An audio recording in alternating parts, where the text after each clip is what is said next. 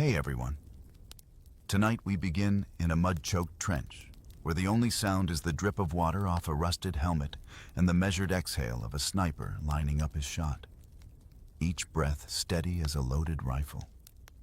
You've heard tales of tank assaults and bayonet charges, but the deadliest war was waged in perfect stillness by marksmen hidden in the mire. This isn't about sweeping offensives, it's about the sniper's world, where every heartbeat is a countdown and every flicker of movement becomes a life-or-death calculation. If unraveling history's quietest killers helps you unwind, please like and subscribe. And hey, tell me in the comments, where are you listening from? And what memory of silence still haunts your dreams? Now steady your aim. Let the glow of your screen be your scope, and crawl with me into the hush where a single shot decides a fate. The trenches. They were the defining feature of the front lines in so many conflicts, particularly the brutal static warfare of World War I. A landscape utterly transformed, carved out by fear, desperation, and the relentless, grinding logic of survival. Imagine miles upon miles of these man-made canyons, snaking across the land like horrific, open wounds. They were places of unimaginable noise. The concussive, earth-shattering blasts of artillery barrages that could shake the ground beneath your feet. The frantic, mechanical chatter of machine guns laying down curtains of fire. The terrified shouts of men charging into impossible odds. The agonizing cries of the wounded, echoing in the damp earth. Yes, the trenches were loud, a constant, overwhelming assault on the senses. But for one particular type of soldier, the man whose life was measured through the narrow lens of a scope, the dominant sound was often something else entirely. It was the absence of sound, a deadly, heavy, unnerving quiet that felt profoundly unnatural. This wasn't the peaceful silence of a quiet room, or the natural hush of a forest on a calm day. This was an enforced silence. A silence born not of peace, but of absolute, gripping terror. Because in this world, any sound you made, any movement you executed, any presence you inadvertently revealed, could instantly, irrevocably mean your death. The mud wasn't just mud. It was a heavy, suffocating cloak that seemed to try and swallow you whole. The smells weren't just damp earth and rain. It was a sickening cocktail of stale gunpowder, acrid smoke, the pungent odor of stale sweat, the metallic tang of fear, and something else, something fouler, the pervasive, sickly sweet smell of decay, of death. And beneath it all, hanging heavy in the air, coating everything like a fine dust, the constant, crushing blanket of dread. While the average infantryman might huddle with his comrades, waiting for the dreaded order to advance, preparing for a charge over open ground, or enduring the terror of a bombardment, the sniper's war was fought on a fundamentally different plane. It wasn't about mass movement or collective action. It was a war of supreme patience, of absolute, unwavering stillness. They didn't scream orders to a squad. They didn't yell battle cries as they ran forward.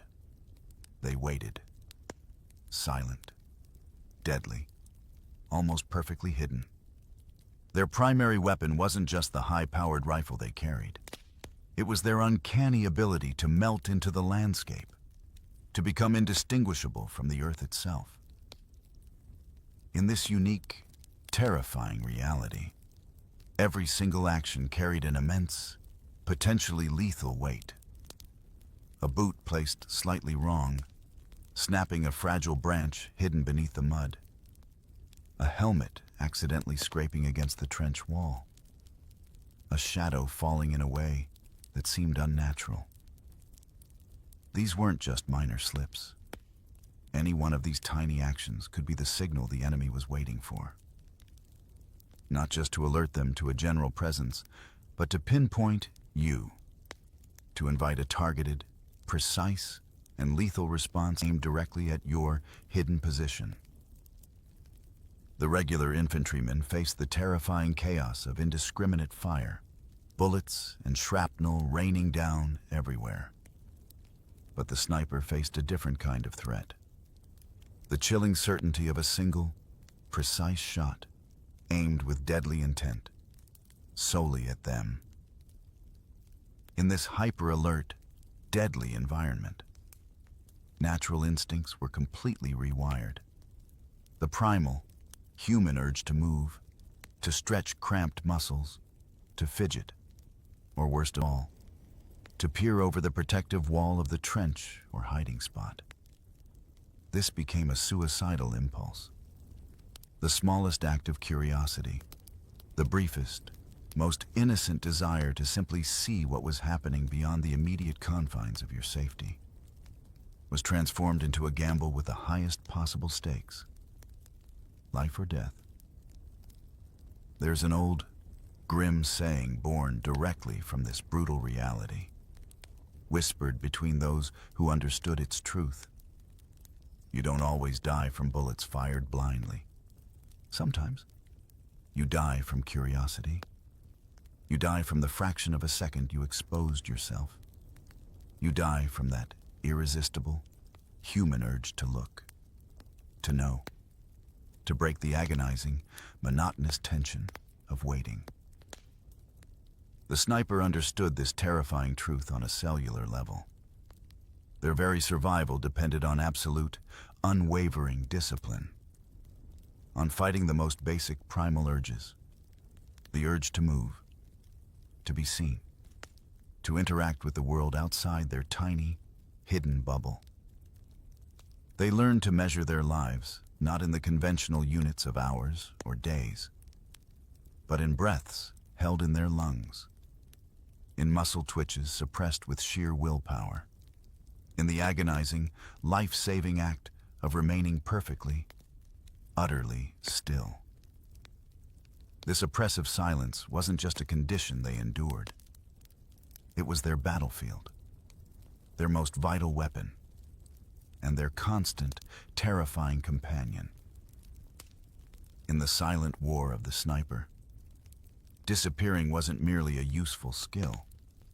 It was the absolute, non-negotiable foundation of their existence. To be effective, to be lethal, you had to be invisible. To survive, you had to utterly cease being a discernible human form against the landscape. This demanded not just exceptional skill with a rifle, although that was certainly vital, but also a profound mastery over deception, illusion, and the very environment around you. Camouflage wasn't just a matter of wearing some greenish-brown cloth. It was an intricate art form, a precise science, and a relentless psychological battle waged against the enemy's eyes, against their ability to perceive and recognize the human shape. The methods employed were as varied and ingenious as the terrain itself and the limited resources available. In wooded areas, concealment was about seamless blending with the foliage, using local leaves, branches, and bark patterns to break up the human outline. In open fields, where cover was scarce, or amidst the chaotic rubble of destroyed buildings, it was about mimicking contours, textures, and colors, becoming indistinguishable from piles of debris, weathered stone, or patches of disturbed earth. Often, this involved the creation and painstaking maintenance of what became known as ghillie suits. These were garments covered in countless strips of fabric, burlap, or netting. But the real magic, the true effectiveness, came from adding local, natural materials directly onto the suit and into the sniper's position. A dedicated sniper might spend hours before settling into a hide, carefully weaving local leaves, grasses, twigs, and dirt into their suit and their immediate surroundings. Every detail mattered, ensuring the colors matched perfectly, and crucially, ensuring they blended seamlessly with the way the light and shadow fell at that specific location, at that specific time of day. But the true masters of concealment went far beyond simple pattern matching. They possessed an intuitive, almost instinctual understanding of how the human eye perceives shapes, how it registers movement, and how it reacts to contrast. It meant meticulously eliminating any hard lines that scream human. It meant softening edges, breaking up recognizable forms, and creating irregular, natural-looking shapes that fooled the searching gaze. It meant becoming a diligent student of light and shadow, observing how they changed throughout the day, how they stretched and shifted, and using them to their advantage. A master sniper had to be as skilled in the science of optics and perception as they were in ballistics. Some hiding spots were relatively conventional, offering natural advantages. A natural depression in the earth that offered a low profile. A dense thicket of bushes that provided ready-made cover. Or purpose-built sniper holes, positions deliberately dug and carefully concealed, often reinforced to prevent collapse and painstakingly hidden from views above and from the sides. A typical sniper hole might be just large enough for one person, perhaps around 3 feet wide by 6 feet long, and deep enough, 4 to 5 feet, to offer substantial protection. It would feature a carefully constructed firing slit, often barely wide enough for the rifle barrel, disguised with natural materials to blend seamlessly with the surroundings. These required backbreaking, painstaking work to dig, often under the cloak of darkness, with every single trace of excavated earth meticulously removed and scattered elsewhere to leave no telltale sign of disturbance. But the brutal demands of the battlefield, coupled with desperate ingenuity, often led to far more extreme and disturbing measures. Hiding inside hollow logs, for instance. If a fallen tree was large enough, a sniper might laboriously hollow it out, creating a tiny, claustrophobic hide, barely large enough to lie or crouch within, with only a small, disguised firing port. The physical discomfort and mental strain of such a position would be immense. And then, there was the grim, horrifying reality of hiding amongst the dead. While profoundly disturbing on a human level, it was a chillingly effective form of concealment on a battlefield tragically littered with casualties. Becoming part of the carnage, lying still amongst the fallen, was a horrifying camouflage tactic born of sheer, desperate necessity. It effectively erased the sniper's living presence amidst the grim landscape of death. This tactic, perhaps more than any other, highlights the extreme lengths, the moral compromises and psychological costs, forced upon these individuals by the brutal, silent demands of their unique war. Concealment wasn't just about staying hidden. It was about blurring the line between the living and the dead to survive. But concealment wasn't a purely passive activity for the sniper. It was also a crucial component in a deadly, high-stakes game of deception played out across the blasted terrain of no man's land. Snipers weren't just trying to stay hidden from enemy soldiers, or even just from enemy snipers. They were actively trying to lure the enemy out, to trick them into revealing their own positions. One of the most common tactics involved the use of decoys. Simple, yet often terrifyingly effective tools of psychological warfare. A helmet placed on a stick, carefully raised just high enough above the parapet or cover to look like a soldier peering out. A piece of uniform draped over a mound of earth to mimic a hunched figure. or perhaps the most infamous, the dummy head. These were often crude figures made of wax or clay, sometimes painted to look realistic, sometimes even fitted with crude, articulated necks so they could be moved slightly. And in the darkest, most disturbing accounts, whispered rumors spoke of using actual heads, severed from fallen soldiers, a grim detail highlighting the utter dehumanization of this conflict. These decoys were bait, pure and simple. The hope was that an enemy sniper, constantly scanning for targets, would see this tempting, seemingly careless exposure and take the shot. If they did, they would inadvertently reveal their own position in several ways. The flash of the muzzle report, brief but potentially visible. The crack of the rifle shot, the sound carrying across the battlefield. Or the trajectory of the bullet, seen impacting the dummy, the defending sniper, who was perfectly concealed and waiting with infinite patience. Could then use that brief moment of revelation to attempt a countershot, a deadly strike against the now exposed enemy. It was a high-stakes poker game, played with lives instead of chips. A terrifying duel of wits where one side was risking little more than a piece of wood, wax, and cloth, while the other was risking their life with every pull of the trigger.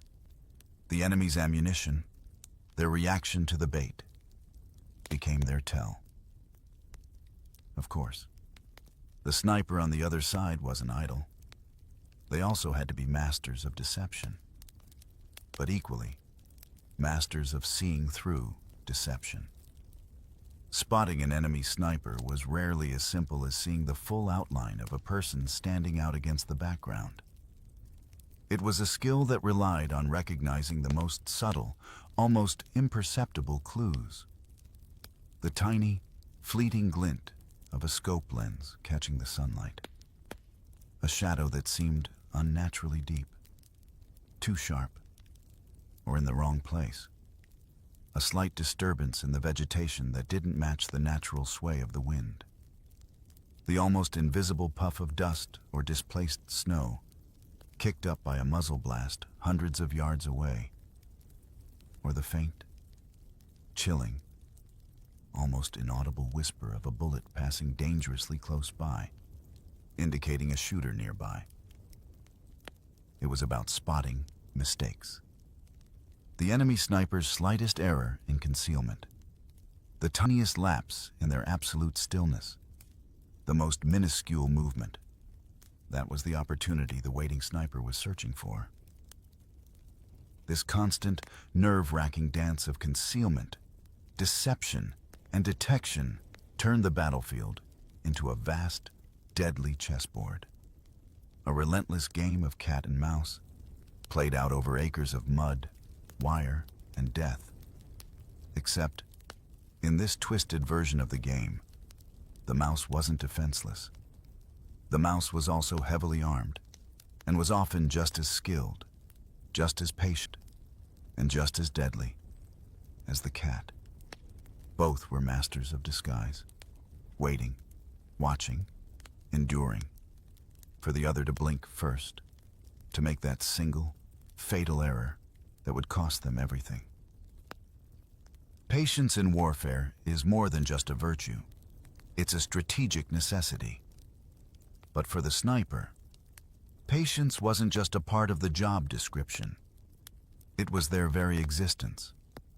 Their war was fought in minutes that stretched into hours, and hours that bled interminably into days. All of it. Every second of discomfort, every suppressed breath, every aching muscle fiber, endured for the possibility of a single, fleeting opportunity, a single target, a single shot.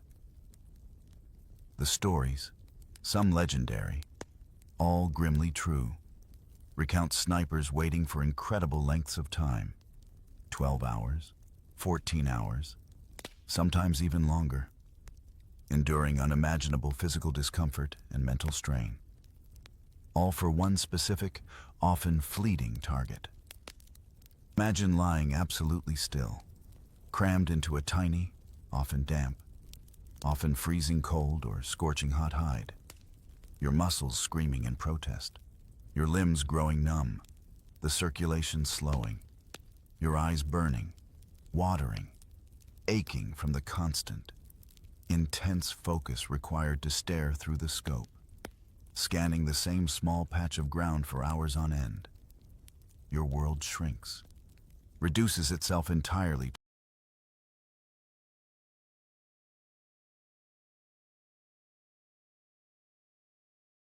to the narrow, magnified field of view within that optical sight. Everything outside that tiny circle ceases to exist. Nothing else matters. The target might not be a high-ranking officer whose removal could change the course of a battle. It might not even be a machine gunner pinning down a company. It might be just a soldier, someone simply walking a predictable route between trenches. Or, as the grim tales chillingly recount, someone making a single, seemingly trivial mistake, like a soldier wearing his helmet slightly crooked, creating an unusual silhouette, or taking the exact same path to the latrine at the exact same time every single morning, or briefly silhouetting himself against the skyline for just a second while adjusting a piece of equipment. These seemingly insignificant, utterly mundane actions, when observed over hours, sometimes days, of patient, relentless surveillance, became fatal habits. They became the opportunities the sniper waited for. This waiting wasn't passive. It was an intensely active form of combat waged against your own body, against your most basic human needs and instincts. How do you eat? You don't unpack rations and chew loudly. Often, it's through a tube, consuming bland, liquid rations designed to minimize any chewing or swallowing sounds, and crucially, to minimize waste. How do you answer nature's call after hours of lying still? Maybe having consumed that liquid ration. Do not move.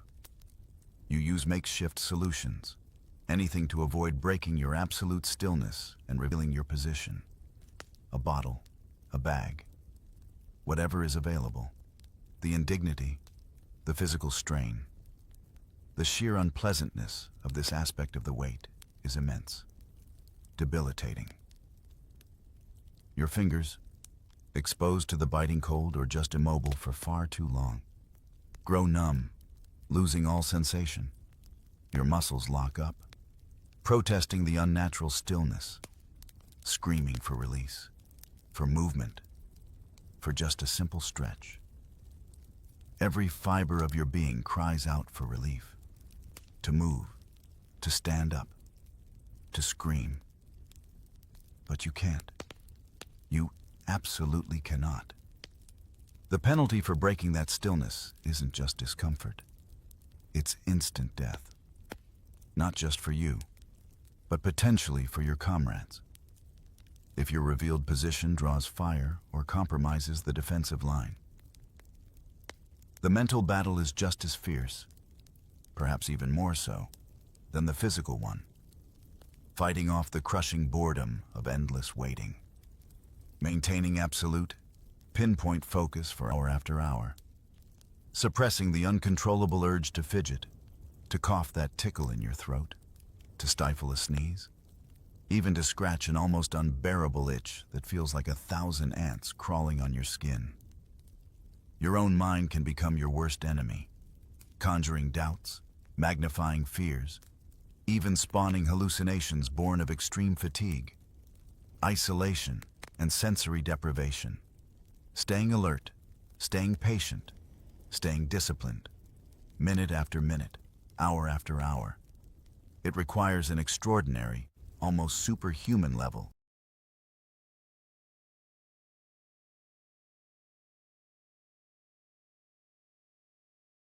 of mental fortitude. And all the while, your eyes are glued to the scope, scanning, waiting, observing, learning the enemy's routines, their predictable habits, their vulnerabilities. You become intimately, terrifyingly familiar with a tiny patch of ground hundreds of yards away, noticing every change in texture, every displacement of a stone, every subtle detail. You are the ultimate predator, observing its prey with an unnerving, almost terrifying intensity. There's a chilling quote often associated with this kind of psychological warfare, sometimes attributed to Soviet snipers on the Eastern Front. You don't have to kill anyone, just let them know you're watching. The sheer presence of a sniper, even if undetected, was a potent weapon of fear, sowing paranoia and disrupting enemy movement. But sometimes, the goal wasn't just deterrence. It was a specific target, a specific, lethal shot.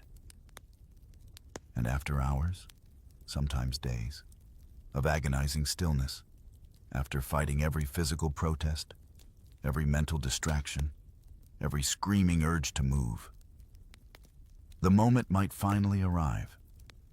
The target appears. The crosshairs settle, steady and precise. The decision is made in a fraction of a second, the culmination of all those hours of waiting, of enduring. The patience, finally, pays off. But the true cost, both seen and unseen, felt by both the victim and the sniper, is only just beginning to be tallied. The culmination of hours, sometimes days, of agonizing, bone-weary patience is reduced to a single, explosive event. A pull of the trigger, the sharp crack of the rifle shot, and then silence. An utter, profound, heavy silence descends in the sniper's immediate world. There are no cheers in the trench nearby, no backslapping among comrades, no triumphant shouts of victory echoing across no man's land. Just a body falling, often far away, hundreds of yards distant, unnoticed by most of the soldiers in the trenches, certainly uncelebrated in any conventional sense. For the infantryman who survives a desperate charge across open ground, or who fights house to house to take an enemy position, there are moments of shared relief, of grim camaraderie, even a fleeting, desperate triumph felt collectively. Their actions are visible.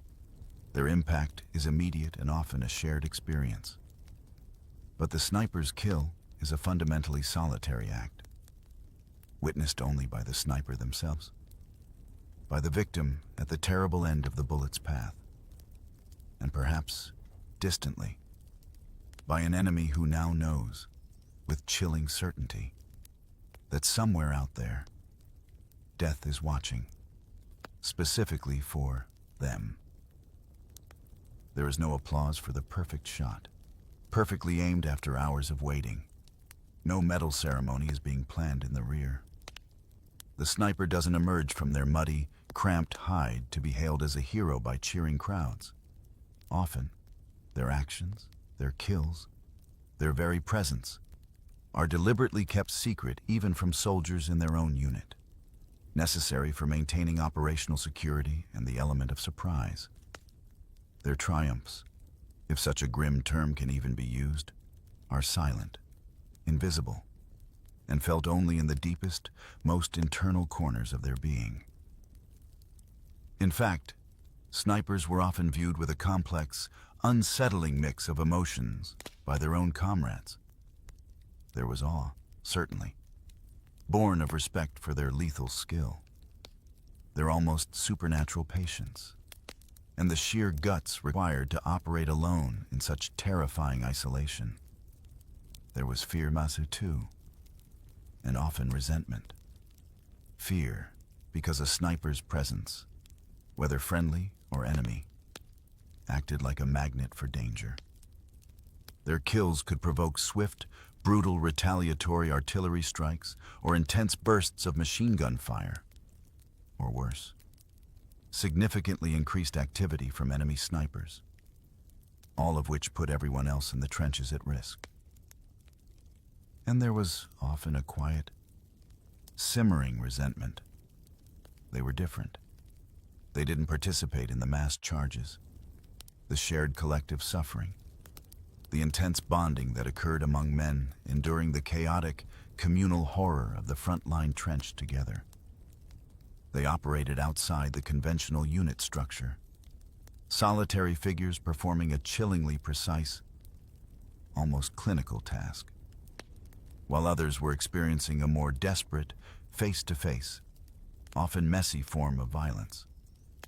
They were seen as separate, detached, performing a kind of killing that felt fundamentally different, perhaps colder, than the brutal, necessary violence of close combat.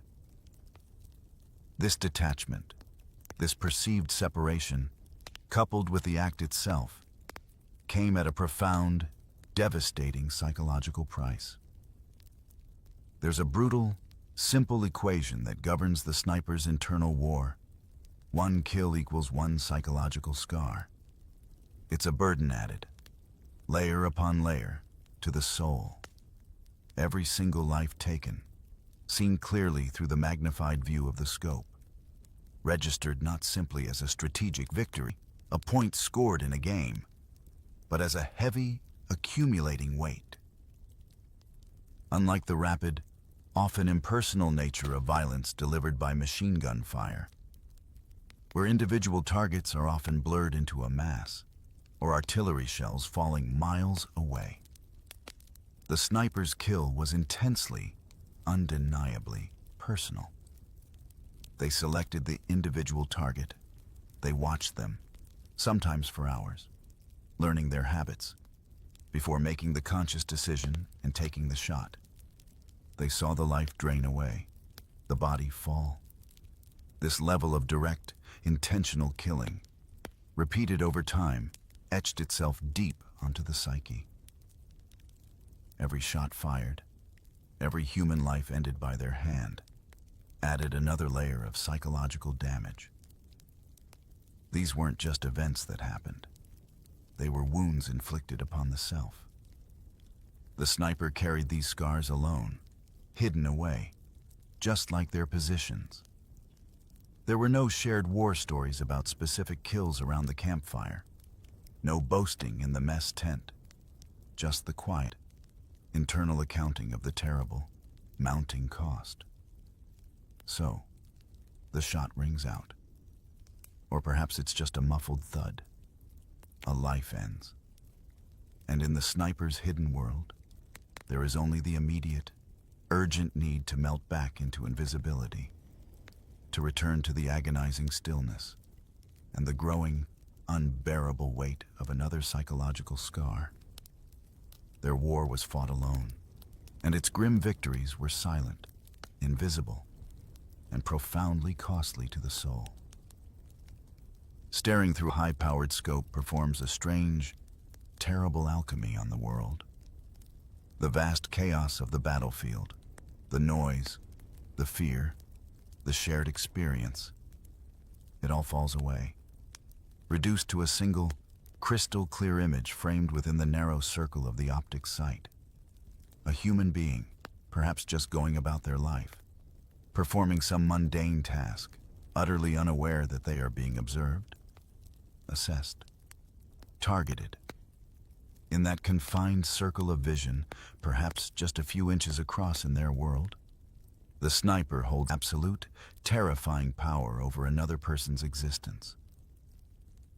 For a fleeting, terrifying second, in that moment of absolute control, it could feel divine, to possess that ultimate authority, to be the unseen arbiter of life and death. With the power to end an entire world, that person's world, with the slightest pressure of a finger. It's a feeling of intense, singular power, a chilling inversion of the helplessness felt by so many soldiers caught in the face of mass destruction. Here, the action is personal, precise, and feels entirely within your hands. But that second, that dangerous, illusory flicker of godlike power, is just that, a second, a brief, terrible illusion. Because the reality of the sniper's kill is anything but divine. It is brutal, final, and leaves behind a devastating, invisible psychological wake. The moment the trigger is pulled, the brief, intense surge of power is immediately replaced by the crushing weight of what has just occurred. The nightmares come later, or sometimes, chillingly. They begin immediately, haunting the quiet hours in the hide. The image seen through the scope, the life extinguished by your hand, replays itself endlessly in the mind's eye. Sleep offers no escape. It merely provides a new, terrifying theater for the same horror. The faces of the fallen, seen in their final moments, haunt the darkness. The guilt follows. A heavy, suffocating shroud that no amount of rationalization, no amount of telling yourself it was my duty or it was necessary, can entirely lift. Every kill, every single scar mentioned earlier, contributes to this terrible burden. You were trained to do this. You were ordered to do this. You were told it was a vital part of the war effort. But the direct, intensely personal nature of the act makes it almost impossible to compartmentalize, to distance yourself from the devastating human cost. You saw them. You aimed. You ended their life, that connection, however brief or distant in physical space, is undeniable, indelible. And then there is the look, the unmistakable, chilling 1,000-yard stare. The vacant, unfocused gaze of someone who has simply seen too much, done too much. It's the look of a mind struggling, often failing, to process the cumulative trauma, the unbearable weight of all those lives taken, all those moments of absolute power followed by overwhelming horror and emptiness. It's a look that separates them, visibly or invisibly, from those who haven't carried that specific, terrible burden. For some snipers, this psychological toll, this accumulating weight, became simply too much to bear. The stories recount instances where a sniper quit, where they simply could not pull the trigger, after seeing the victim's eyes just before taking the shot. This single, seemingly small detail captures the chilling intimacy of the sniper's kill. Unlike a pilot dropping bombs from high above, or an artilleryman firing shells miles away, the sniper often had a clear, magnified, intensely personal view of their target, right up to the final, fatal second. To see that flicker of life, to witness the human expression, the simple, undeniable act of being alive in the eyes of the person you are about to kill, that could be the breaking point. That split second of recognition, of human connection, could shatter the necessary detachment, humanize the target in a way that was simply unbearable. It could transform the act of killing from a military task into an unbearable personal violation, not just of the victim's life, but of the sniper's own fragile humanity. These were the moments when the cold line between military duty and basic humanity blurred and dissolved. When the sheer weight of the act, of all the prior acts, became too heavy to lift the finger. Quitting, however it manifested, refusing to shoot, requesting reassignment away from the front, or breaking down entirely in the hide, was an acknowledgement that the price of that perceived power was far too high, the psychological cost too devastating for the soul to bear. The sniper's crosshairs offered a brief, terrible taste of ultimate, singular power. But the true, lingering experience was not one of divinity or triumph, but of crushing isolation, pervasive guilt, and profound, invisible psychological wounding. The view through the scope revealed not just a target, but the horrifying reflection of the killer's own deteriorating soul, piece by piece. If the sniper was the hunter, the unseen predator lurking in the shadows, they were also simultaneously and relentlessly the most pursued prey on the entire battlefield. Their lethal effectiveness, their ability to strike seemingly at will from nowhere, made them incredibly high-value targets, figures whose elimination was a priority, sometimes the priority. For the enemy command, a single, skilled sniper, operating in a key sector, could effectively paralyze enemy movement. They could make roads impassable for supply wagons, turn routine resupply missions into deadly sprints, and make even basic, necessary activities like repairing barbed wire or digging trenches suicidal endeavors. Because they instilled such deep, pervasive fear, because they disrupted the enemy's ability to operate openly and safely, snipers drew a disproportionate amount of attention and resources. They weren't just a threat to individual soldiers. They were a strategic problem that needed to be solved, often violently, often immediately. Who hunted the sniper? Almost everyone. Artillery was a constant, terrifying threat. If a sniper's general location was suspected, even just a vague area, the enemy might not bother trying to pinpoint them precisely. They might simply blanket the entire area with shells, hoping to get lucky, hoping that sheer brute force will eliminate the threat. An artillery barrage was indiscriminate, devastatingly terrifying, and incredibly difficult to survive for a soldier confined to a concealed, static position like a sniper hide. A direct hit would instantly vaporize the hide and everything in it. Even near misses could collapse dugouts, bury the sniper alive, or inflict lethal wounds through concussive blast and shrapnel. Rival snipers, of course, were the most direct and specialized threat. This was the ultimate duel, a silent, deadly contest played out at extreme range between two masters of concealment and marksmanship.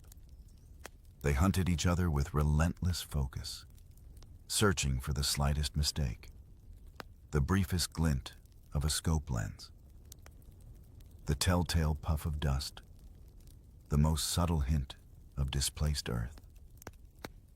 It was a mirror match where the smallest error, the slightest lapse in patience or concealment, meant instant, often unseen, death. Infantry soldiers were also a significant danger. While less specialized in marksmanship at extreme range, a frustrated, terrified, vengeful infantry unit, pinned down or suffering casualties from a sniper they couldn't locate, might be ordered to conduct a painstaking sweep of the suspected area. This could involve hours of dangerous searching, sometimes crawling over open ground, through dense thickets, or maneuvering through shattered buildings, driven by a desperate, visceral desire to eliminate the source of their fear and vulnerability. And in some conflicts, particularly those fought in or near populated areas, civilians could tragically become part of the threat, driven by ideology, by overwhelming fear, by desperation, or simply coerced by occupying forces. Locals might report suspected sniper positions, or even be forced to actively participate in searching for them.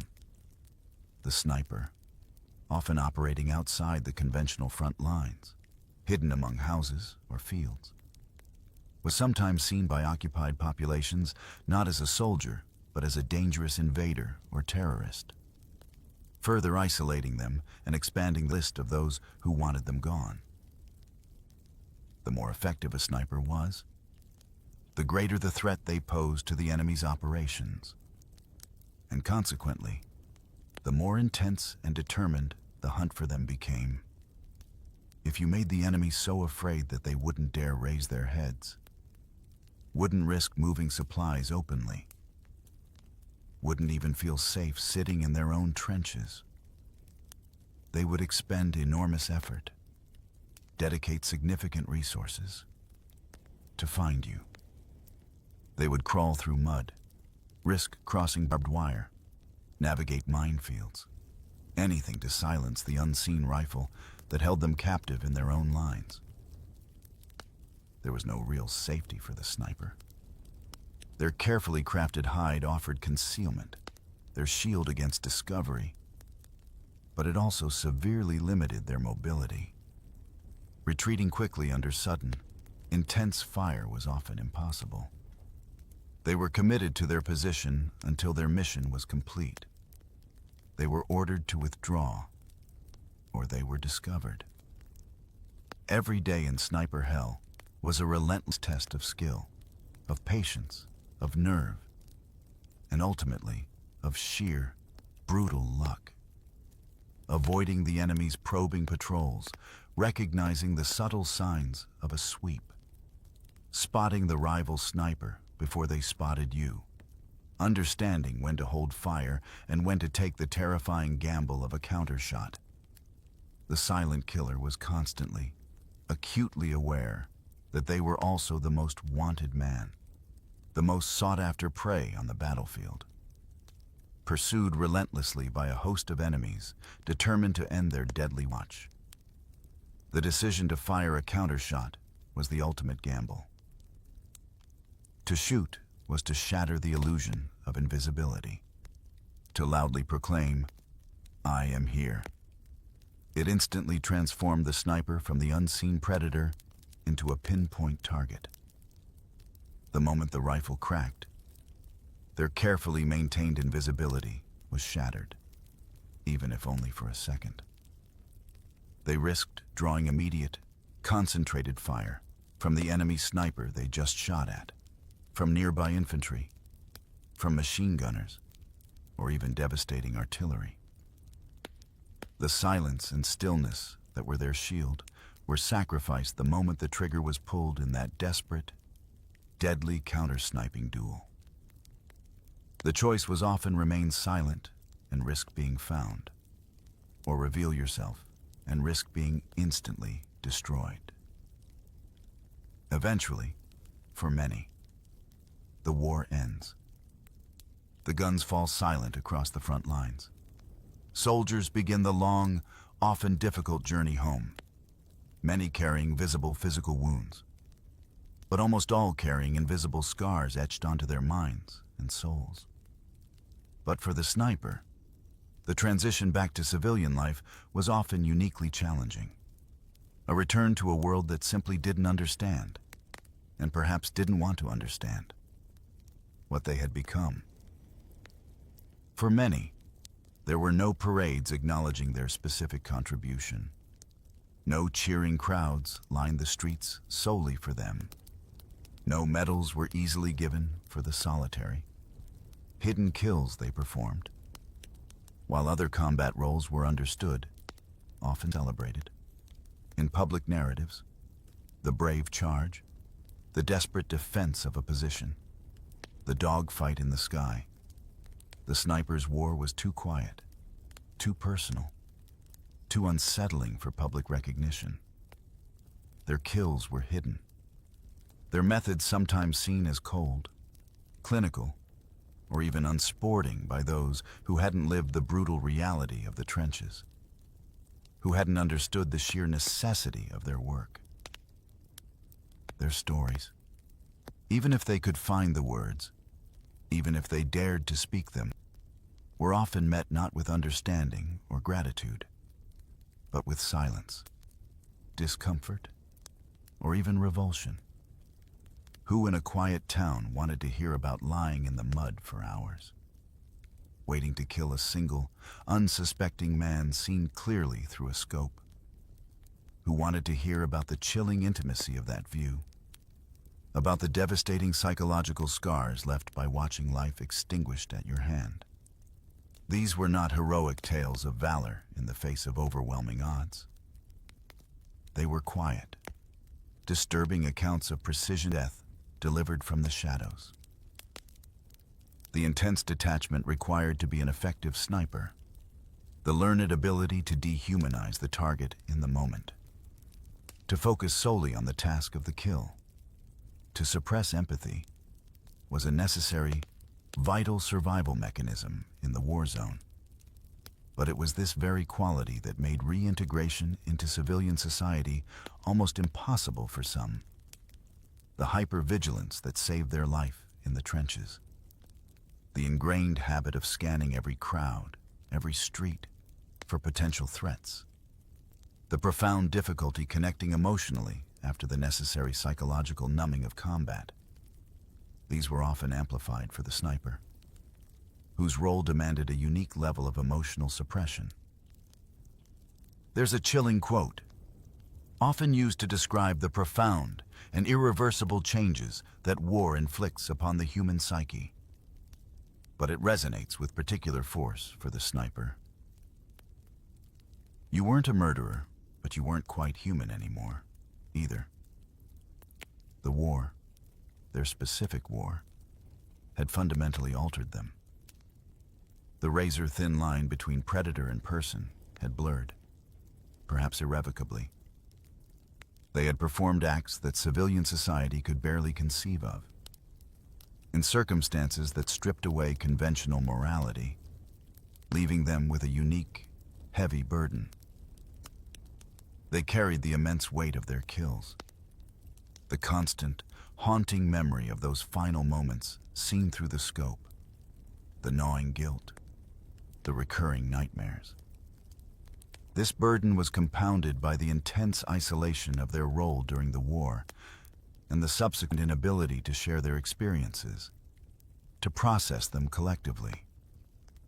While infantrymen could bond over shared trauma, collective memories, and mutual support, the sniper's trauma was intensely personal, solitary, and largely inexpressible to outsiders.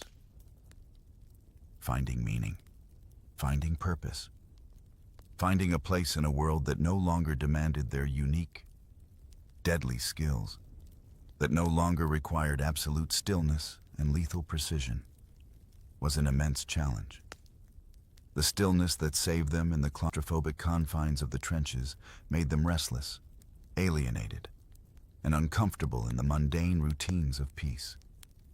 The intense focus that was their greatest strength in the scope became an inability to connect with the softer, less defined reality of everyday life.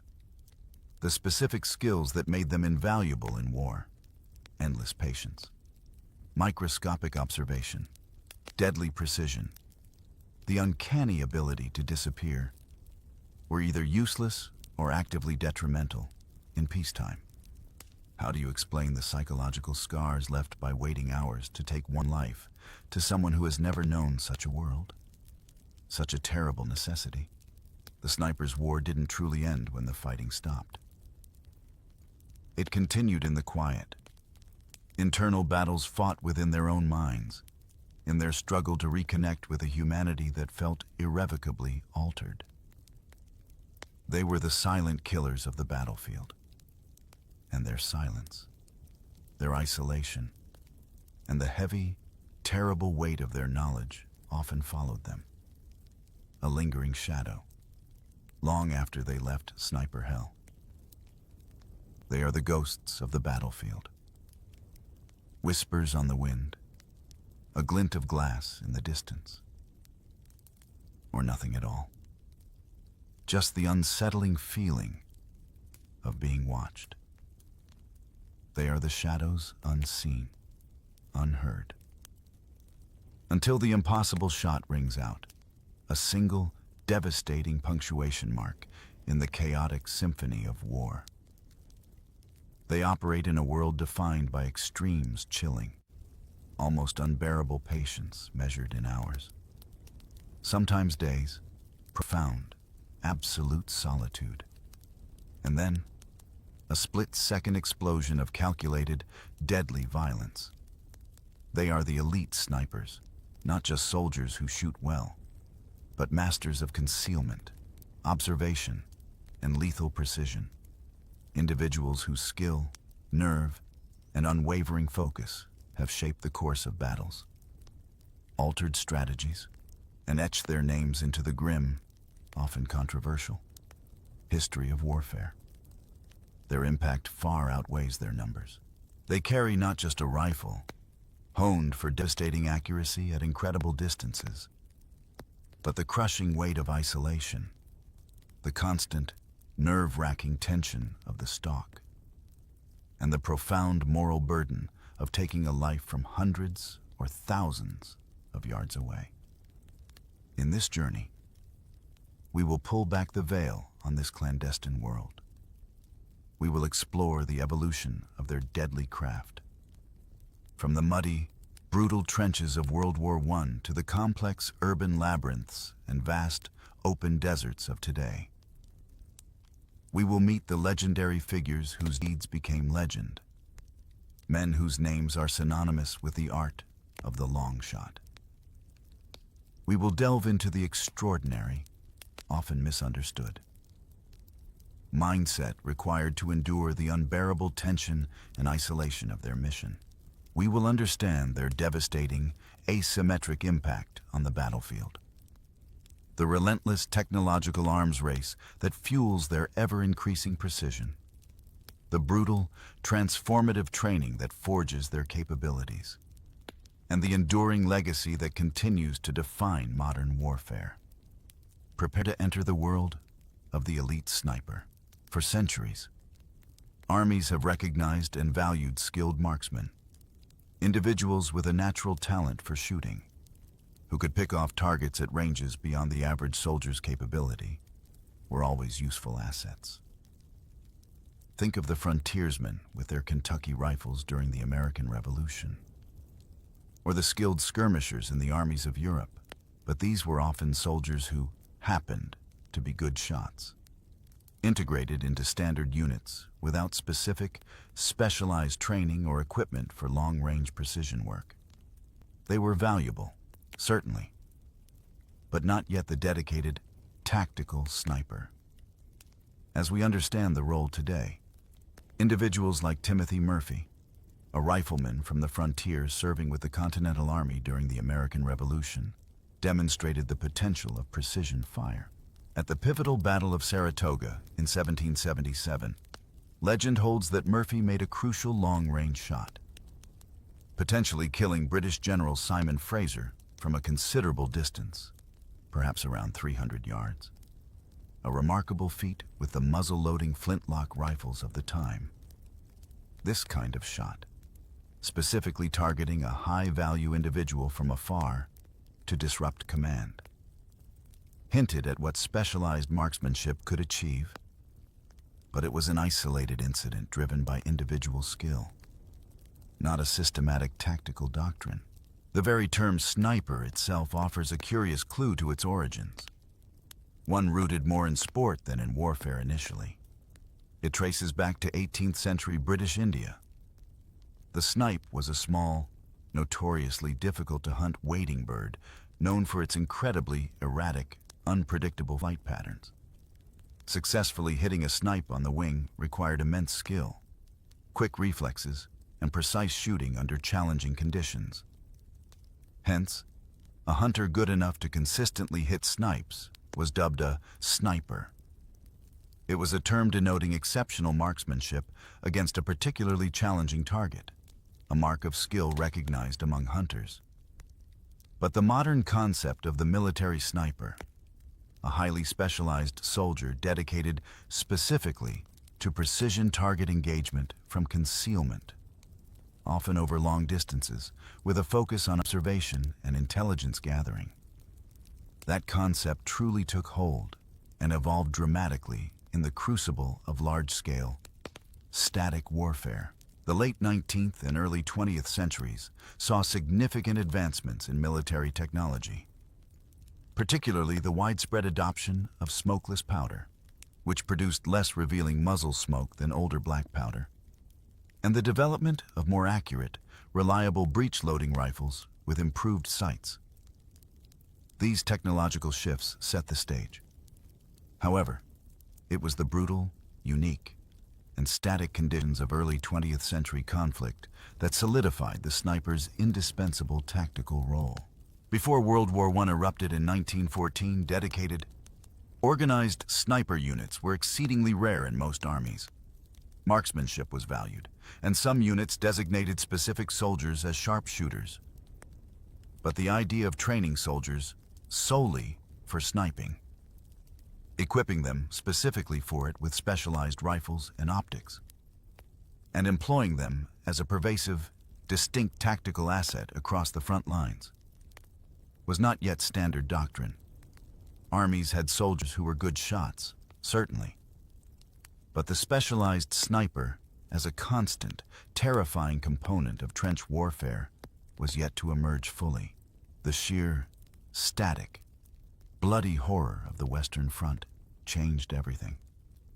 World War I quickly devolved into a grinding war of attrition, fought from miles upon miles of intricately dug-in trenches, zigzagging across the landscape of Europe. The front lines were often incredibly close, sometimes just a few hundred yards apart, occasionally even less, separated by a churned-up, devastated, corpse-strewn wasteland known grimly as No Man's Land. Crossing that space in a massed infantry assault against entrenched machine guns, artillery barrages, and rapid rifle fire from protected positions was, more often than not, a suicidal endeavor resulting in horrific casualties for minimal gain. In this grim, unchanging, claustrophobic environment, where grand maneuvers ground to a halt and conventional assaults proved futile and costly, individual actions, small unit tactics, and the ability to inflict casualties with precision took on an outsized importance. Commanders and soldiers alike sought ways to gain an advantage, to chip away at the enemy, to make their lives in the opposing trenches even more miserable, dangerous, and untenable. And that's where the dedicated sniper found their essential, terrifying niche. A single, skilled sniper, operating from a cleverly concealed position within the tangled wire, a shell crater, a forward listening post, or a purpose-built firing slot in the trench wall, could terrorize an entire section of enemy trench line. They could pin down troops, preventing essential movement for resupply. Reconnaissance patrols, the construction of defenses, or even basic relief rotations, they could pick off soldiers attempting repairs to barbed wire, observation from parapets, or communication between positions. Their unseen presence instilled a pervasive, gnawing fear, a constant tension that sapped morale and made the trench into a perpetual, nerve-wracking trap. The enemy soldier was no longer just an anonymous figure in a far-off trench line. Through the limited magnification of the scope, they became a specific, vulnerable target. The psychological impact of knowing an unseen eye was watching, waiting patiently for a careless mistake before delivering lethal precision, was immense and fundamentally changed behavior on the front lines. The technology available to these pioneering snipers was still relatively rudimentary by today's standards. Early telescopic sights were often adaptations of commercial hunting scopes, sometimes pressed into military service out of necessity. They could be fragile, easily damaged by the rough handling and harsh conditions of the trench environment, and were often difficult to keep reliably zeroed, meaning the point of impact didn't consistently match the aiming point. Magnification was typically low, perhaps just 2x or 3x power, offering only a marginal advantage over the rifle's iron sights for detailed target identification or long-range precision shooting. Sometimes they were even mounted slightly off-center on the rifle to prevent the scope from interfering with the rifle's top loading mechanism. adding another layer of complexity to aiming. Rifles used for sniping were often standard-issue infantry weapons. The British Lee Enfield, the German Mauser, the American Springfield, sometimes selected from the factory for their perceived inherent accuracy. These rifles were then fitted with these basic scopes. Understanding ballistics was primarily conceptual. Without sophisticated tools, judging distance across no man's land, accounting for bullet drop over range, and compensating for wind drift required immense experience. Intuition, calculation based on observable factors like dust kicked up by the wind near the target or the faint sound of the bullet's flight.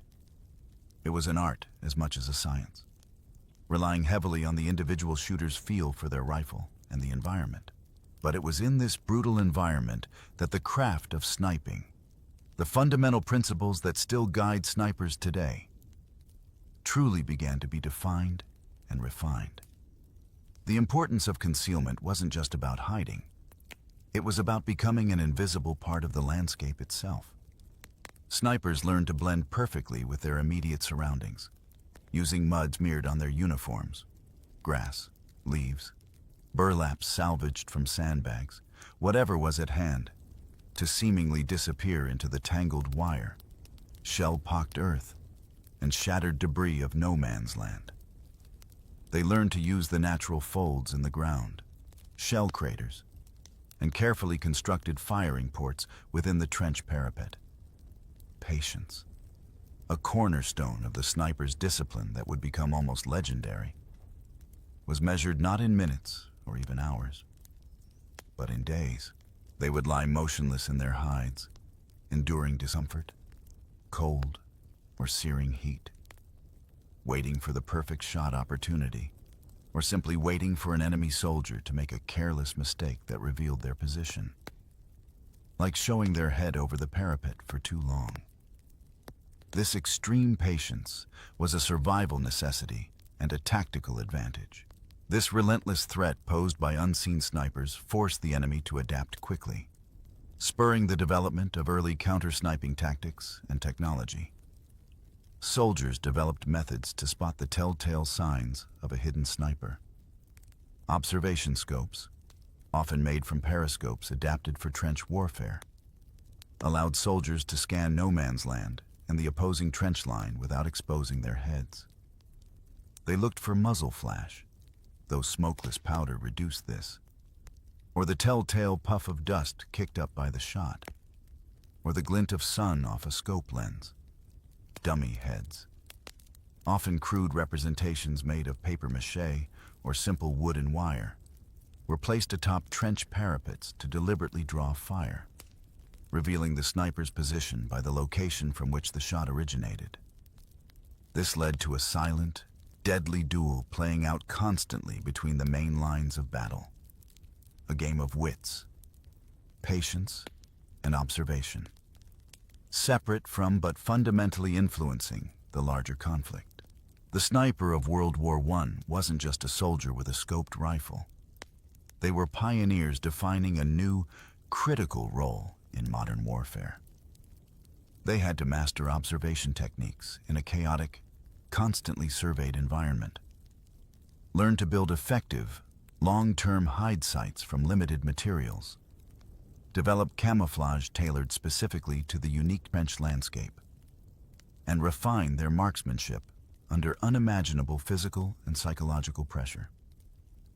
They learned to read subtle wind cues by observing dust or vegetation, accurately judge distances using only their eyes and perhaps known landmarks or crude range estimation techniques, and understand the complex ballistics of their rifle and ammunition in variable, often miserable, environmental conditions.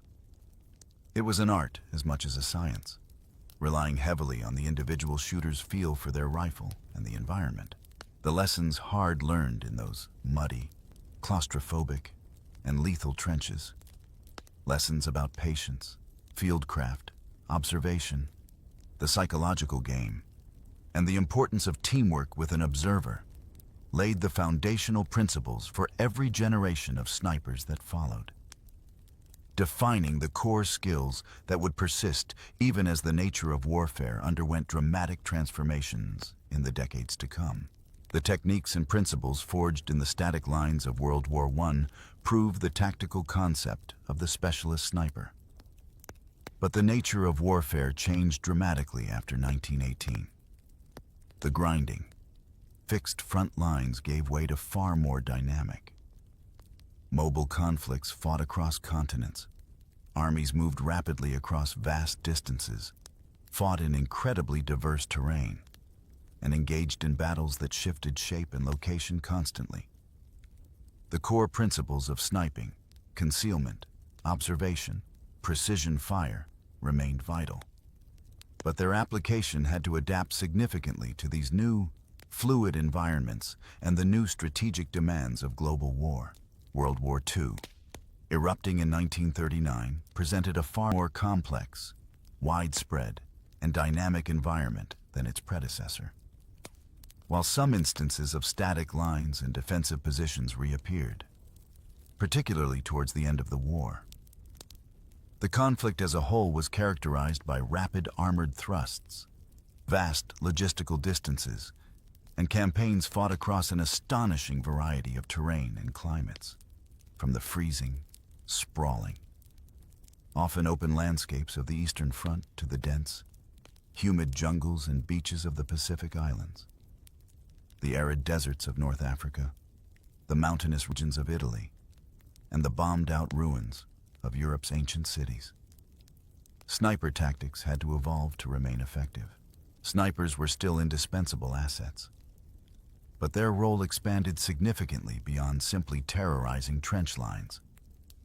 They were now disrupting enemy troop movements on open roads or across plains, eliminating officers and radio operators in rapidly developing battles to sow confusion, harassing logistics columns attempting to supply frontline troops, and providing critical, clandestine reconnaissance from forward positions deep within or overlooking enemy territory. Their targets became more diverse and often higher value, reflecting the wider, more mobile scope of the conflict.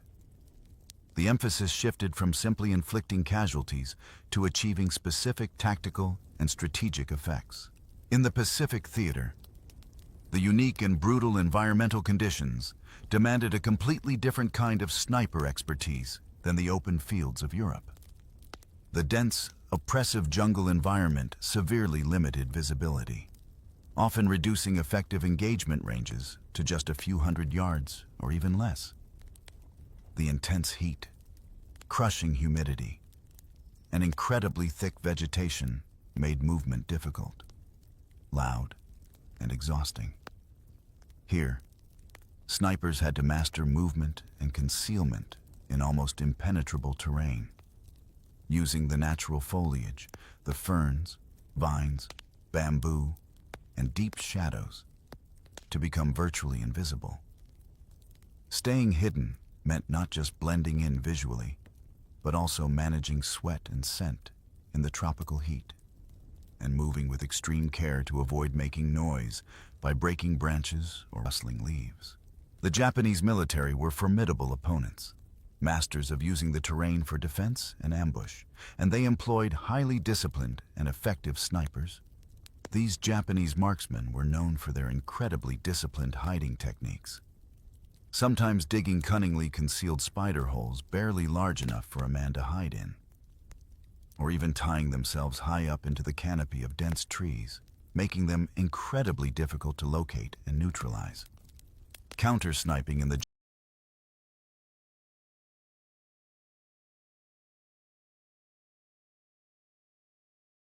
jungle became a deadly, painstaking game of searching for the minutest sign. A disturbance in the leaves, a glint of sun off unprotected equipment, a single shot traced back to its origin, the Eastern Front, the brutal titanic clash between Germany and the Soviet Union, saw sniping elevated to an almost iconic, even propagandized, status, particularly by the Soviet Union. Facing vast, open landscapes where cover was scarce and engagements could occur over immense distances, alternating with horrific, block-by-block urban fighting in cities like Stalingrad and Leningrad. Snipers became celebrated national heroes. Their successful kills were heavily publicized in Soviet propaganda, inspiring countless other soldiers and citizens. And their individual duels with enemy snipers, like that between Vasily Zaitsev and the legendary German counter-sniper, were mythologized. The vast, open terrain of the Russian front forced snipers to refine lessons in using minimal natural cover. Understanding the significant effects of mirage on long shots across hot plains in summer, or the challenges of operating in deep snow and brutal cold in winter. But the urban environments, like the ruins of Stalingrad, demanded a completely different skill set. Here, mastery of rubble, shattered buildings, shadows, and firing from unexpected angles, from high floors, basements, through small gaps in walls, or from concealed positions within destroyed structures, became paramount. Snipers had to be incredibly adaptable, equally deadly lying prone in a frozen field as they were hidden within the debris of a ruined factory or apartment building. Following World War II, conflicts continued to evolve. Though the sniper's role remained vital, the Korean War saw snipers utilized, particularly during the periods of static warfare along the 38th parallel, bringing back some of the trench warfare challenges of WWI, though with different technology and terrain. Then,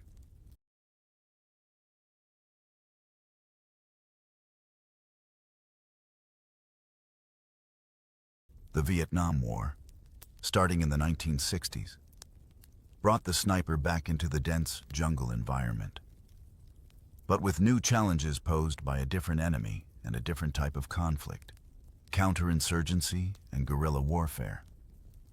The Viet Cong and North Vietnamese Army were masters of using the environment, the dense jungle, the extensive tunnel systems, the unpredictable weather, to their immense advantage, making conventional tactics difficult. American snipers in Vietnam, often equipped with the M21 rifle, a highly accurate, scoped version of the semi-automatic M14 infantry rifle, provided a crucial long-range precision capability in an environment where traditional infantry tactics were often frustrated by the elusive enemy.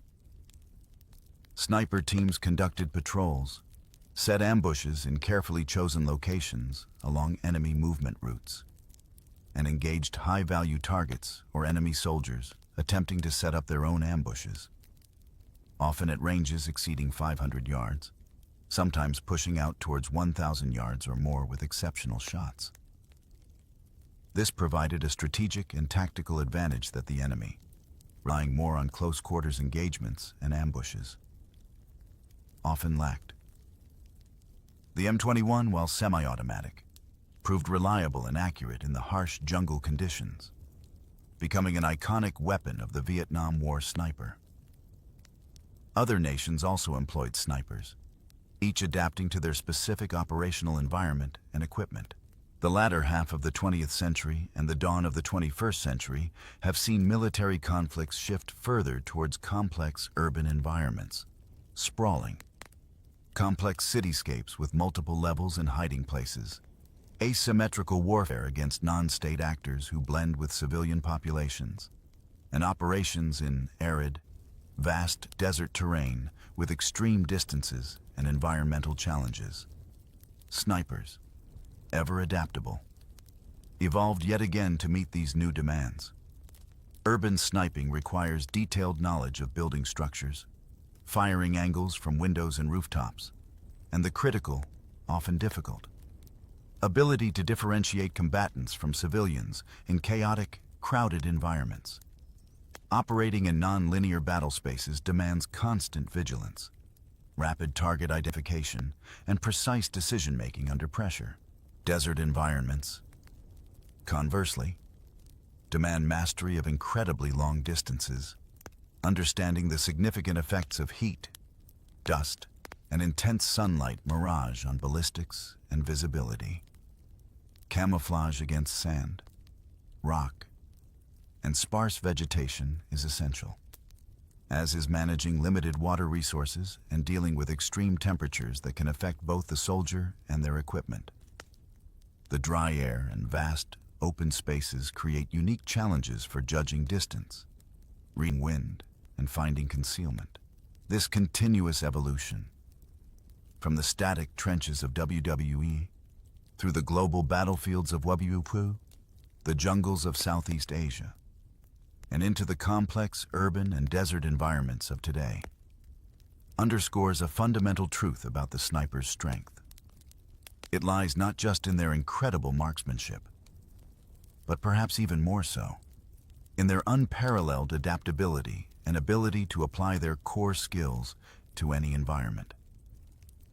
From the muddy, broken ground of WWI, where concealment meant becoming one with the earth, to the modern battlefield, where it means blending into urban clutter, disappearing into the complex micro-terrain of a desert wadi, or mastering the physics of hitting a target over a mile away in challenging climates.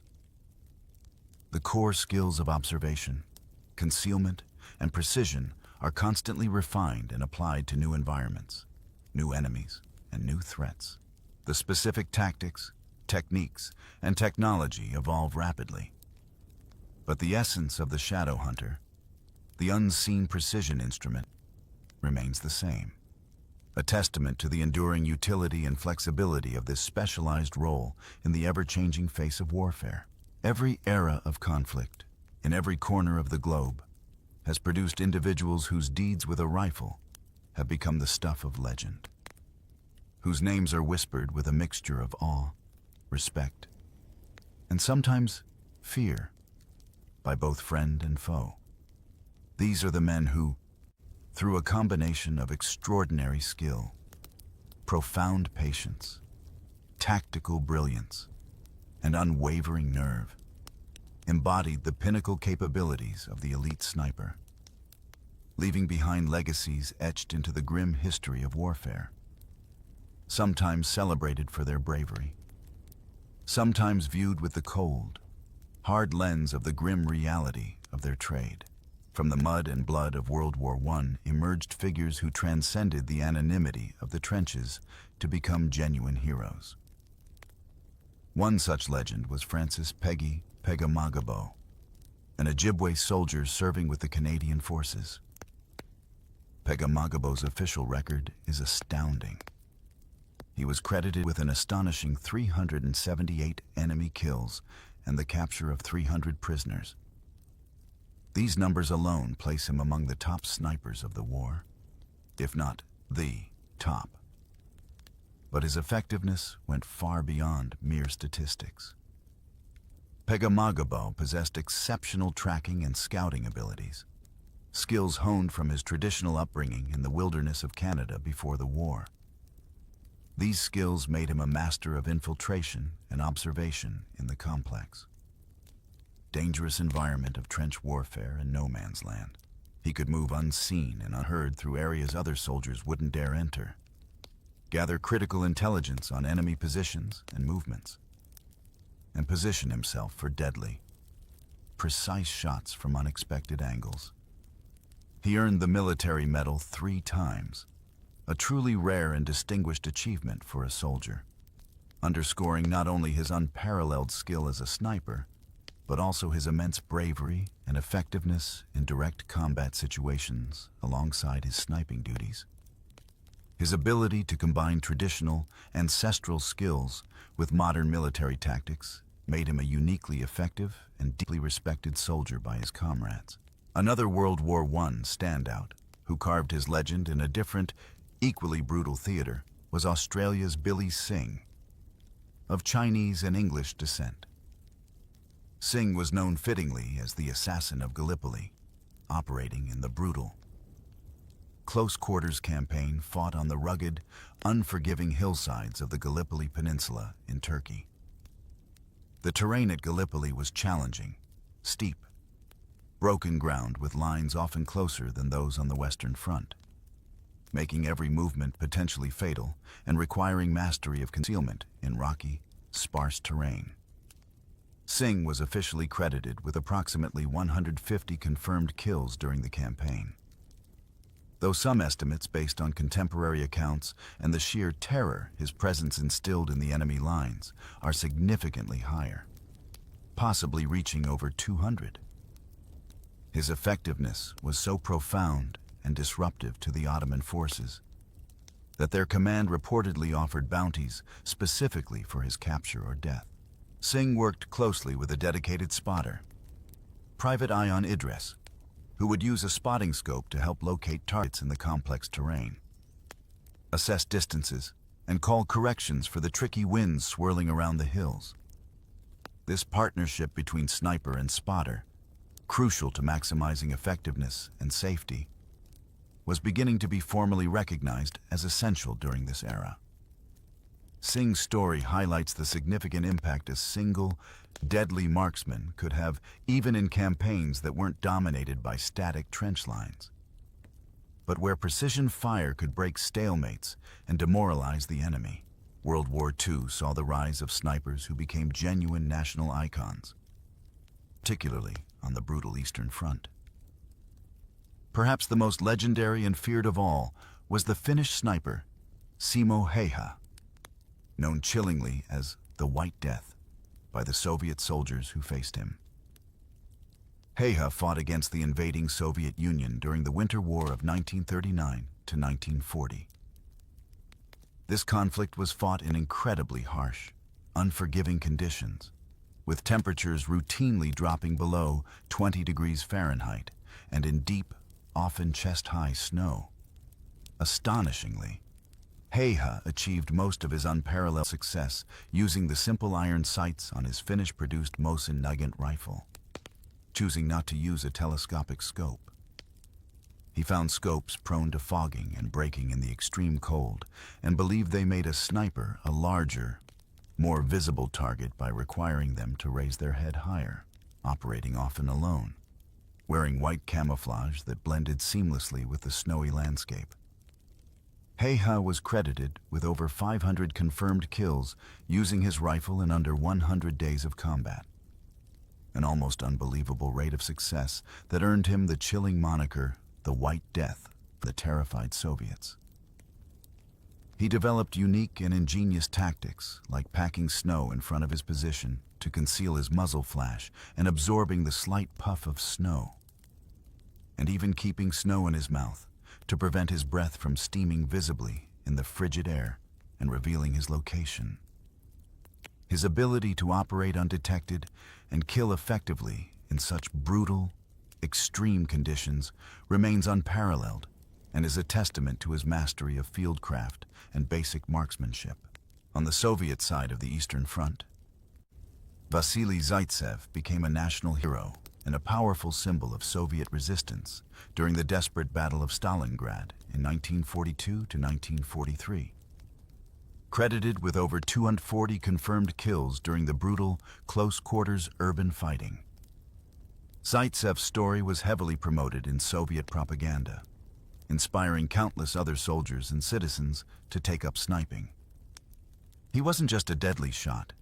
He was instrumental in establishing a sniper school in Stalingrad amidst the ruins, training dozens of other effective snipers, Zaychata, or Little Hares, referencing his name, propagating his skills and techniques for urban combat.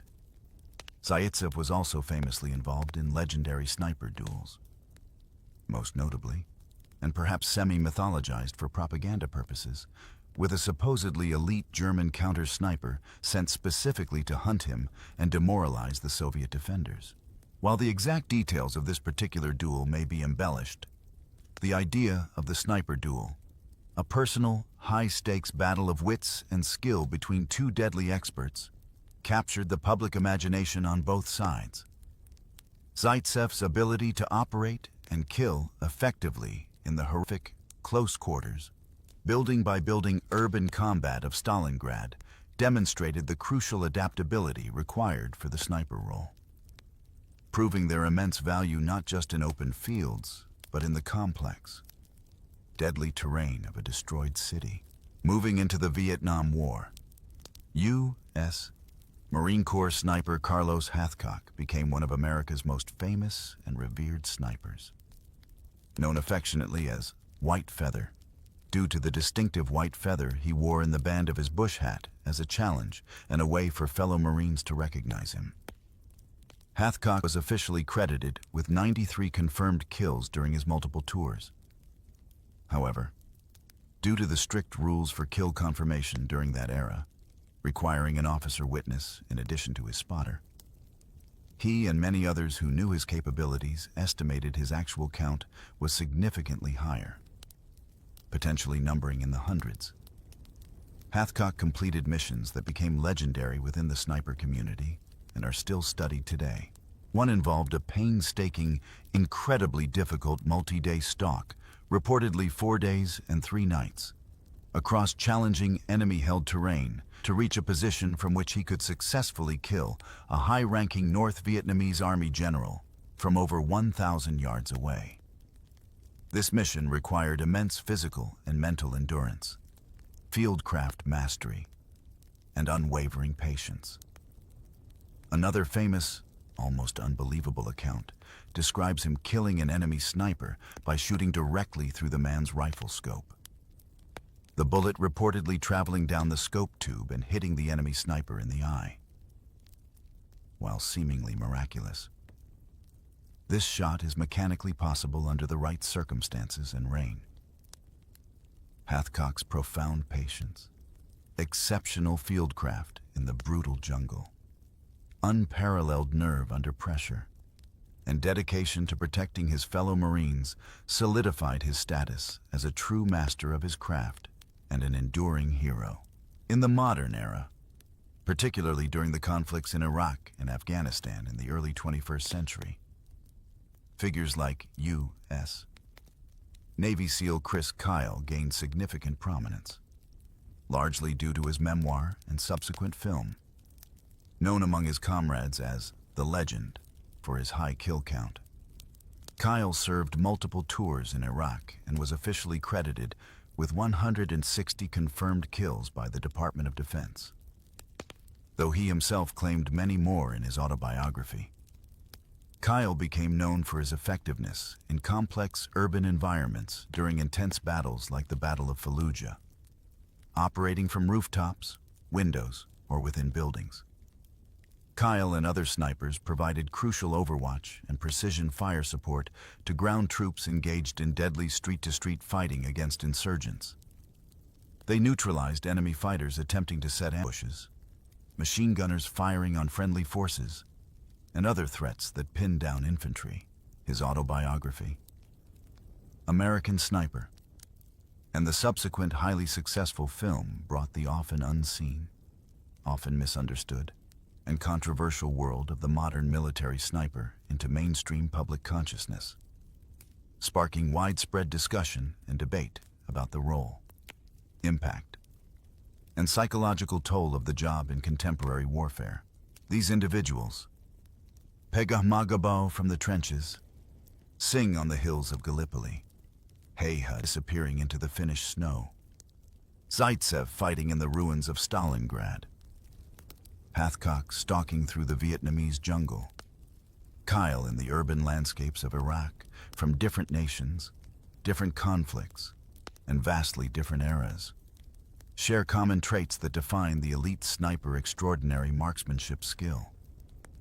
Almost unimaginable patience, profound mental toughness, and the chilling ability to make split-second, life-or-death decisions under extreme pressure.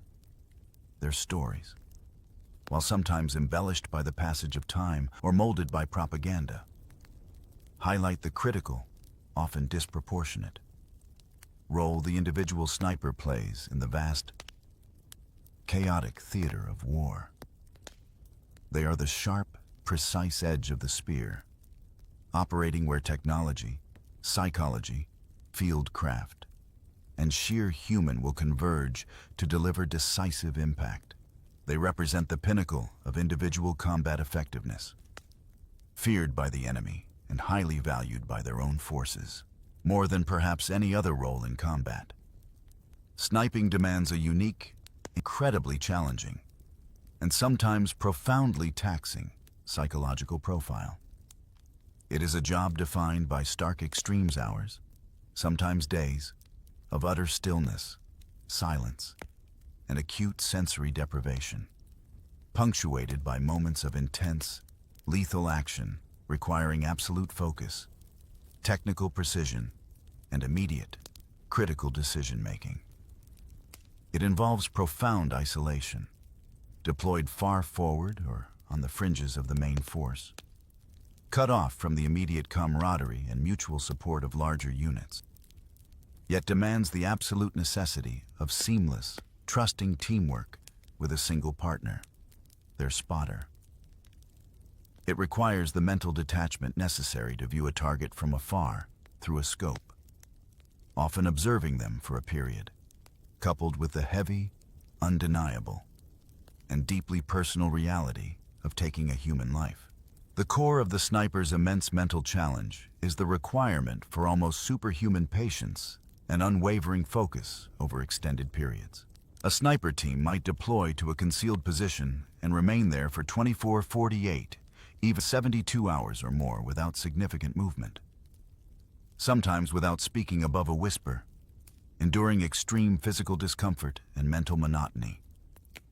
They must endure hunger, thirst, biting insects, searing heat, freezing cold, driving rain, or blinding dust storms, sometimes all within a single mission, all while maintaining absolute vigilance and operational readiness. Every muscle must be controlled, every urge to shift weight, scratch an itch, cough, or adjust position must be suppressed. They must manage physiological needs discreetly within their hide. This level of physical stillness and mental discipline goes far beyond standard military requirements. It is a deep, internal stillness, a profound level of self-mastery forged through rigorous physical and mental conditioning, and driven by a powerful sense of mission and the understanding that the slightest lapse could mean discovery and failure, or worse, death. Their brain and body must learn to override natural impulses to remain statuesque and alert. Isolation is another defining feature of the sniper's world. While they typically operate in a two-man team with a spotter, a partnership that becomes an absolute lifeline and their universe for the duration of the mission, they are often positioned miles forward of the main lines, deep within enemy territory, or on the vulnerable fringes of the battlefield. They are cut off from the immediate camaraderie, the shared stress relief of joking or talking with a squad, and the inherent mutual support of larger units. They are the tip of the spear, a self-contained unit relying solely on their own skills, their partner's judgment, and their understanding of the mission parameters.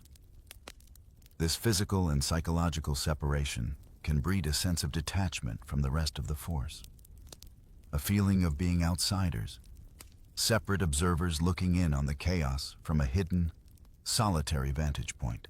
The bond between the sniper and the spotter becomes paramount. They are each other's only human connection, their sounding board, their immediate support structure, relying completely on each other for security, observation, and survival in their solitary, high-stakes world. Trust in their partner's competence and vigilance is absolute.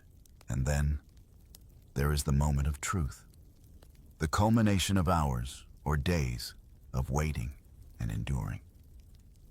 After prolonged observation, the target appears. The world narrows drastically to the view within the rifle scope. Adrenaline surges through the body, but must be controlled, channeled into focused action, not allowed to induce shakiness or tunnel vision. A split-second decision must be made, processing multiple complex factors almost simultaneously. Is this the correct target according to the strict rules of engagement and the mission objective? Is the shot viable given the myriad factors of range, wind, environmental conditions, and potential backdrops? What are the potential consequences of taking or not taking the shot? For the mission, for friendly forces, for civilians. The sniper must suppress all fear, all doubt, all hesitation, and execute the shot with flawless technical precision. This requires a level of calm under immense, immediate pressure that is truly extraordinary. Training emphasizes removing raw emotion from the act of shooting, reducing it, at that critical moment, to a complex technical problem involving physics and mechanics. A task to execute with cold efficiency and precision, but the fundamental human element cannot be entirely suppressed. Nor should it be for a professional soldier operating under strict military and ethical rules. The target is often a specific individual, an enemy officer whose death will disrupt command, a machine gunner pinning down friendly troops, someone identified as a direct, imminent threat that must be neutralized. Unlike the abstract, often impersonal destruction wrought by artillery barrages or aerial bombings, which deal in coordinates and generalized targets, the sniper's kill is intensely personal, even from hundreds or thousands of yards away. They see their target clearly in the crosshairs, often observing them for a period before taking the shot. This directness, combined with the act of deliberately taking a life from a distance, can lead to profound psychological effects, sometimes immediately, sometimes manifesting long after the conflict is over. The weight of taking a human life, viewed with stark clarity through the scope, can be a heavy, enduring burden that requires significant coping mechanisms and mental resilience. Rigorous psychological and physical training plays a crucial, indispensable role in preparing snipers for this immense mental gauntlet. They are deliberately pushed to their physical and mental limits, subjected to sleep deprivation, forced marches with heavy gear over long distances and difficult terrain, and complex scenarios designed to test their decision-making under intense pressure and fatigue.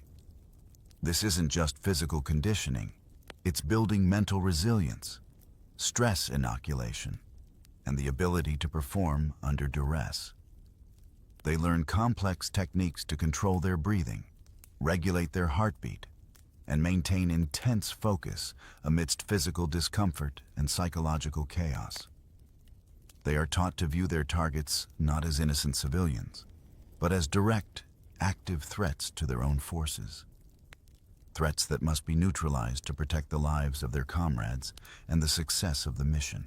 This psychological framing is a necessary, carefully constructed defense mechanism, allowing them to perform their duty effectively within the harsh realities of combat.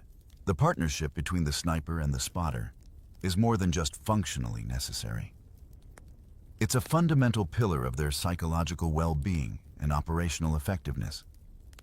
They are a two-person unit that trains together extensively, becoming deeply attuned to each other's strengths, weaknesses, and nonverbal cues. They rely on each other implicitly for survival and mission success. The spotter is far more than just an assistant. They are an equal partner who provides security, assists with target acquisition, calculates range and ballistic solutions, interprets complex environmental data like wind and mirage, observes the shot's impact or splash to help the sniper make rapid corrections for follow-up shots, and maintains security for the sniper who is vulnerable while focused on the scope. In the intense isolation of their position, the spotter is the sniper's only human connection, their sounding board, their immediate support structure. This deep bond of mutual trust and absolute reliance is forged through shared hardship, long hours of intense training together, and an understanding that their lives depend on each other's competence, vigilance, and dedication. The psychological resilience of an elite sniper is arguably their most vital weapon, as crucial to their success and survival as their rifle or their optics. It's the ability to compartmentalize emotion when necessary, to endure extreme physical and mental hardship with unwavering discipline, to focus relentlessly on the task at hand despite immense internal and external pressures, and to carry the immense weight of their actions They walk a fine, necessary line between clinical, detached execution of a mission and the unavoidable, deeply human reality of their lethal trade, making them some of the most psychologically tested, resilient, and complex individuals in modern warfare. Their minds are as finely tuned, as carefully calibrated, and as crucial to their success as their rifles. Despite operating in small teams, often just alone with a spotter, deployed far forward on the flanks or deep within enemy territory, the impact of elite snipers on the course of battles, on enemy behavior, and even on entire campaigns can be disproportionately large and strategically significant. They represent a relatively small investment of personnel and resources compared to infantry companies, armored battalions, or air support.